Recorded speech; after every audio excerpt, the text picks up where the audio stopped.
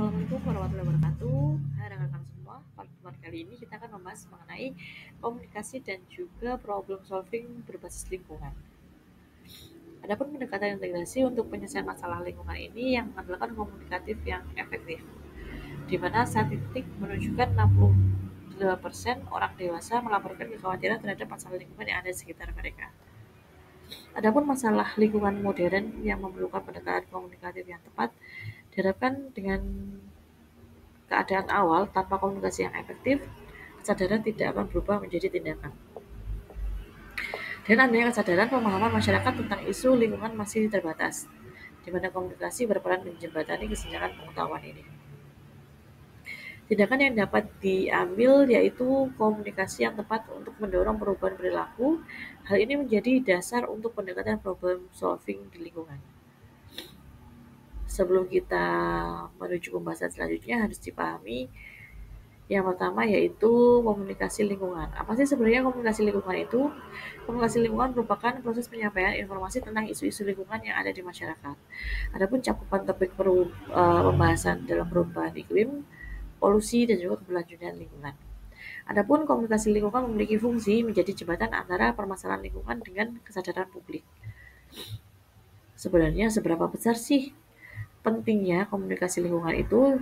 Yang pertama, komunikasi lingkungan dapat menghubungkan antara masyarakat dengan isu-isu lingkungan dalam aktivitas sehari-hari.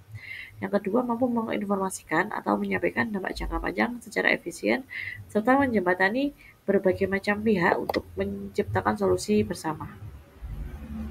Tidak hanya itu, model komunikasi lingkungan diantaranya adalah arus informasi, di mana informasi lingkungan mengalir pada sumber ke penerima.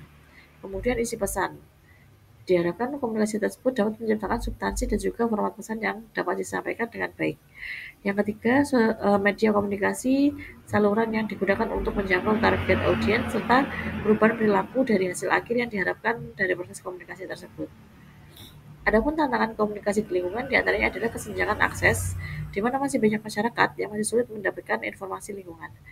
Tidak hanya itu, infrastruktur berkomunikasi juga belum merata di seluruh wilayah. Adanya kompleksitas isu di mana permasalahan lingkungan memiliki dimensi yang kompleks, di mana perlu penyederhanaan tanpa mengurangi esensi permasalahan. Jadi adanya tantangan komunikasi lingkungan di Indonesia tentunya adalah ada hambatan budaya, di antaranya adalah aspek budaya dan juga sosial sering menjadi penghalang, di mana perlu pendekatan komunikasi yang lebih sensitif lagi terhadap nilai-nilai lokal. Problem solving berbasis lingkungan yang dapat mengidentifikasi masalah menggunakan pendekatan sistematif untuk mengenali isu-isu yang ada di lingkungan secara spesifik. Tidak hanya itu, analisis akar masalah juga memahami penyebab dan juga dampak dari permasalahan lingkungan yang dihadapi, serta memberikan solusi berkelanjutan untuk melibatkan komunikasi lokal yang ideal. Adapun tahapan dari problem solving lingkungan diantaranya adalah yang pertama mengidentifikasi permasalahan pada lingkungan yang spesifik sehingga perlu ditangani.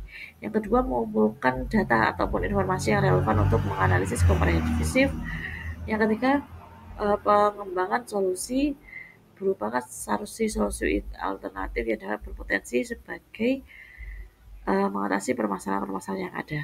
Yang keempat, implementasi dan juga evaluasi mampu memberikan solusi terbaru dan juga mengevaluasi hasil secara berkelanjutan.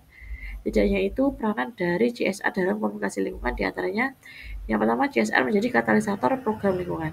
Yang kedua, dukungan sektor wisata pada perusahaan pendukung program-program pemerintah sejak membangun komunikasi tersebut dengan komunitas. Adanya strategi komunikasi efektif untuk isu-isu lingkungan diantaranya adalah penyederhanaan pesan yang kompleks menjadi mudah dipahami dan juga mengurangi akurasi informasi. Tidak hanya itu, narasi yang relevan menggunakan cerita dan juga narasi yang sesuai dengan konteks budaya lokal. Dan yang terakhir, visualisasi data memanfaatkan infografis dan juga data visual yang dapat meningkatkan pemahaman. Adapun beberapa hal yang perlu diperhatikan dalam membangun kesadaran kolektif, di antaranya yang pertama adalah membentuk persepsi, cara pikir dan juga cara pandang masyarakat pada isu lingkungan. Yang kedua, meningkatkan kepengetahuan, memberikan informasi dan juga hal-hal yang akurat dan juga relevan, mendorong aksi di mana mengubah pengetahuan menjadi tindakan nyata serta menciptakan gerakan kolektif untuk perubahan lingkungan. Adapun inovasi dalam komunikasi di lingkungan diantaranya adalah teknologi digital yang memanfaatkan media sosial dan juga aplikasi untuk menjangkau generasi muda. Yang kedua, pendekatan partisipatif yang melibatkan masyarakat terhadap akhir-akhir komunikasi lingkungan serta storytelling secara visual bagi penggunaan cerita visual untuk meningkatkan kelibatan audiens. Adapun kesimpulan dan juga langkah ke depan diantaranya adalah komunikasi lingkungan yang efektif merupakan fondasi utama dalam problem solving permasalahan yang ada di lingkungan sekitar. Tanpa adanya komunikasi yang baik, solusi terbaik pun sulit diterima. Dengan kolaborasi berkelanjutan, keberhasilan jangka panjang membutuhkan kerjasama terus-menerus antar stakeholder, di mana setiap pihak memiliki peran penting dalam ekosistem dan juga mampu memberikan solusi terbaik bagi lingkungan. Mari bergabung dalam gerakan penyelesaian permasalahan lingkungan. Dari setiap tindakan kecil yang dapat kita berikan, nantinya akan berdampak besar jika dilakukan bersama. Sekian pemaparan materi pada kali ini. Atas kurang lebihnya mohon maaf. Wassalamualaikum warahmatullahi wabarakatuh.